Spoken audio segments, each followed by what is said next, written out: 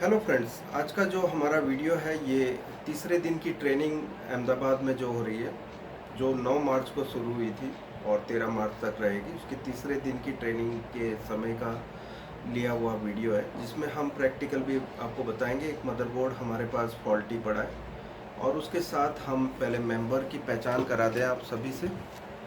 मैं राजेश प्रजापति अहमदाबाद। ओके, आप कितने टाइम से हैं इस मैं फील्ड में? 20 साल। ओके, सीआरटी के बिजनेस से हैं आप? हाँ, 20 20 साल। ईयर्स। ओके, बताइए। सुनील दादीज अजमेर से, और सीआरटी के काम में करीबन 32 साल से। आप 32 ईयर्स से सीआरटी के बिजनेस में? जी। ओके। मैं अशोक मौर्य हम्म, सीआरटी के समय से इसमें 25 ईयर से 25 साल से हैं। 25 साल से हैं। Okay, thank you. मैं रतराम प्रजापति अटेली मंडी हरियाणा से 26 साल से सीआरटी में जुड़ा हूँ। ग्रेट, सबके सब एक्सपीरियंस्ड है, वेल एक्सपीरियंस्ड। मैं योगेश सिरोडिया, नारनौल हरियाणा से लगभग 27 साल से SCRT के काम करता हूँ। पूरी वॉइस का है वो। हाँ, अभी आप बताइए। मैं प्रज्वल वाघ फ्रॉम अकोला। मैं अभी फ्रेशर हूँ। पूरा एलईडी सीआरटी का काम थोड़ा किया हुआ है, पर पूरा न्यू है इसमें। एलईडी में नए हैं, लेकिन LED में पहले सीआरटी में 1-1.5 साल, मतलब ज़्यादा कुछ ज़्यादा एक्सपीरियंस इतना ज़्यादा नहीं है। ओके, फिर भी अच्छा कर रहे हैं हाँ, ये। अच्छा। ओके, हाँ जिग्नेश भाई। मैं जिग्नेश गलियर धांगध्रा से। हम्म, मैं सीआरटी में 20 बरस का काम कर रहा हूँ और एलसीडी में 2-3 बरस से काम कर रहा हूँ। फिर भी अपडेट करने के लिए सर के पास ट्रेनिंग में आया हूँ। Thank you. सो आज का जो हमारा वीडियो है, इसका आप देख सकते हैं यहाँ पर मैंने ये पावर ऑन किया। या स्टैंड बाई इंडिकेटर जो है, इसको आप फोकस पे ले लीजिए, ठीक है। और इसका जो बोर्ड नंबर है ये PB816 है, V59 PB816, ठीक है। इसमें चाइना का रिमोट एक्चुअली काम करता है, लेकिन यहाँ पर हम जब रिमोट दबाते हैं तो कोई भी फंक्शन ये ले नहीं रहा है, ठीक है। सो इसका क्या कारण है, पूरा का पूरा स्टेप बाय स्टेप तरीके से मैं आपको बताने जा रहा हूँ। इस टाइप के फॉल्ट्स जब भी आपके पास आते हैं जिसमें रिमोट से कोई भी फंक्शन ना होता है, ना पैनल से आगे की काम करती है, ठीक है। तो किस तरह से ये सारी चीज़ें चेक करेंगे उसके बारे में है ये वीडियो। सो स्टार्ट करते हैं फर्स्ट पावर बटन से लेकर सारे वोल्टेज तक। तो पहले मैं कहूँगा कि पावर बटन आप दबाते रहें और मैं सेंसर के रीडिंग ले लेता हूँ। तो यहाँ आप देख सकते हैं कि ये रीडिंग आ रही है, ठीक है। आप छोड़ दो और दबाइए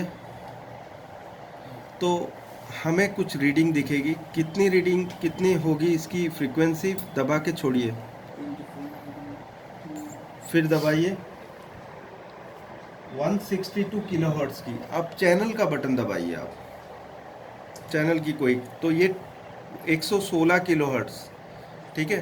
तो जो बटन दबाएंगे उसके हिसाब से उसकी फ्रीक्वेंसी होगी, वही प्रोसेसर डिटेक्ट करता है कि पावर कौन सा है। इसमें डिफ्रेंशिएट कैसे होगा, फ्रीक्वेंसी चेंज होगा तभी डिफ्रेंशिएट होता है, ठीक है। तो पावर की पिन यहाँ पर ये ले रहा है, ठीक है। अब हम यहाँ देखेंगे कि सेंसर जो है वो अपनी पोजीशन चेंज नहीं कर रहा है। स्टैंड बाई एलईडी जो है वो एज इट इज़ है। अब हम दूसरी रीडिंग्स लेंगे, उससे पहले सारे वोल्टेजेस चेक करेंगे, जिसमें इम्पोर्टेंट वोल्टेज जो है वो 3.3 है। यहाँ पर 3.3 वोल्ट चेक करेंगे, जो कि स्टैंड बाई कंडीशन में आने वाले वोल्टेज हैं ये, ठीक है। 5 वोल्ट से 3.3 बनेंगे और 1.2 वोल्ट जो है वो भी 5 वोल्ट से ही बनेंगे। तो यहाँ 1.2 वोल्ट और 3.3 वोल्ट ये दोनों ओके हैं।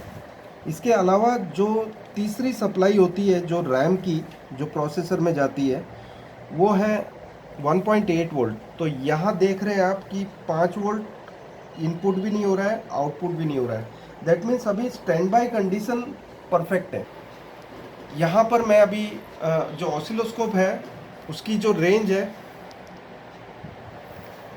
नैनो सेकेंड में कर दूंगा, 50 नैनो सेकेंड, ठीक है। और 2 वोल्ट को मैं इसे 1 वोल्ट कर दूंगा, 1 वोल्ट पर डिवीज़न, और मैं क्लॉक की फ्रीक्वेंसी अब चेक कर रहा हूँ। इसमें 1, 2, 3, 4, 5 और 6 नंबर। अब ये 6 नंबर पे मैं क्लॉक फ्रीक्वेंसी चेक कर रहा हूँ अभी। तो यहाँ आप देख सकते हैं कि क्लॉक फ्रीक्वेंसी जनरेट नहीं हो रही है। ठीक है, मैं दोबारा से ऑटो करके भी देख लेता हूँ इसको, क्या क्लॉक फ्रीक्वेंसी जनरेट हो रही है इधर। तो आप देख रहे होंगे कि यहाँ पर कोई क्लॉक फ्रीक्वेंसी जनरेट नहीं हो रही है। तो फ्लैश आईसी और प्रोसेसर, ये दोनों के बीच में कोई कम्युनिकेशन नहीं है। ठीक है, आपको सभी को मैं बताना चाहूँगा कि flash IC important role play करती है स्टैंड बाई मोड में। मतलब जैसे 3.3 इम्पॉर्टेंट है, वैसे ही फ्लैश के डेटा इम्पॉर्टेंट है स्टैंड बाई कंडीशन के लिए। ठीक है, अब हम क्या करेंगे कि इसकी जो फ्लैश की रीडिंग है, अब जो कि हमने देख लिया, यहाँ पर कोई क्लॉक फ्रीक्वेंसी नहीं बता रहा है। यहाँ पर मैंने प्रोग्रामर को कनेक्ट कर रखा है, प्रोग्रामर के VGA ISP के साथ, यहाँ आप देख सकते हैं। और जो मेरा USB पॉइंट है वो कंप्यूटर के साथ कनेक्टेड है, और मेरा जो कंप्यूटर है वो एक मॉनिटर के साथ कनेक्टेड है। मैं सारी चीज़ें आपको मॉनिटर से दिखा रहा हूँ अभी। सबसे पहले मैं यहाँ पर RT809F का प्रोग्रामर ले रहा हूँ। यहाँ पर मैं यस दबाने के बाद प्रोग्रामर का मेन स्क्रीन खुलेगा। कैंसिल कर देते हैं। और यहाँ पर स्मार्ट आइडेंटिफाई, मतलब आपका जो सॉफ्टवेयर है, अगर जो प्रोग्रामर डायरेक्टली बोर्ड से नहीं ले पाता है तो आपको ऑफलाइन प्रोग्रामिंग के लिए ये सुविधा दी गई है। यहाँ पर ऑटो ISP जो दिया हुआ है ये ऑनलाइन प्रोग्रामिंग है। दैट मीन्स बोर्ड का पावर देके बोर्ड के साथ VGA केबल कनेक्ट करके ये काम होता है। सो यहाँ पर मैंने VGA केबल कनेक्ट कर रखा है इसके साथ। अब मैं ऑटो ISP दबाता हूँ तो यहाँ आप देख रहे होंगे कि ये जो करेंटली 128 मेगाबिट्स और ये 16 मेगाबाइट्स जो है इसकी स्पेस है। मतलब ये 128 मेगाबिट्स या 16 मेगाबाइट्स इसकी स्पेस है। ठीक है, अब हम रीड एंड सेव नहीं करते, ओपन कर लेते हैं सीधे ही। लेकिन आपसे कहना चाहूँगा कि आप जब भी कोई सॉफ्टवेयर राइट करने जाएं तो पहले रीड एंड सेव करके बैकअप ले लें पुरानी फाइल का, क्योंकि राइट करते समय फर्स्ट प्रोसेस इरेज का ही होता है। तो पूरा आपका डेटा धुल जाएगा, उसके बाद रिकवर करना मुश्किल हो जाएगा, मुश्किल नहीं नामुमकिन हो जाएगा। तो हम क्या करते हैं, ओपन करते हैं अभी और सॉफ्टवेयर देखते हैं कि हमारा जो सॉफ्टवेयर है वो कहाँ पर है। ठीक है, ये वाला जो सॉफ्टवेयर है ये हमारा टेस्टेड ओके सॉफ्टवेयर है यहाँ पर। सो मैं क्या करूँगा, ये जो फाइल है इसको लोड कर लूँगा प्रोग्रामर के अंदर। ठीक है, उसके बाद ये प्रोग्रामर के अंदर लोड हो चुका है। अब हम राइट करते हैं। तो आपने देखा कि दोस्तों ये मैं बैकअप की क्यों बात करता हूँ, ये पहले इरेज होता है।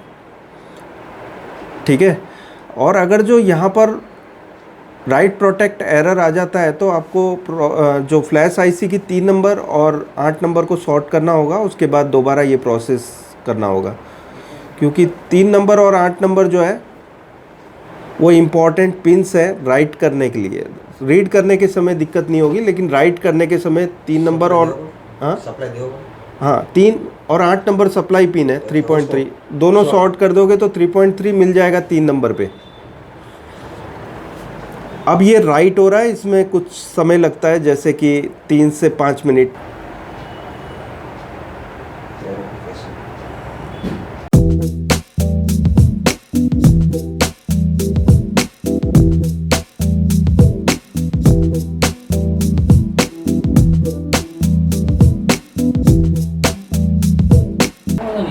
या अभी ऑटो वेरीफाई हो रहा है ये।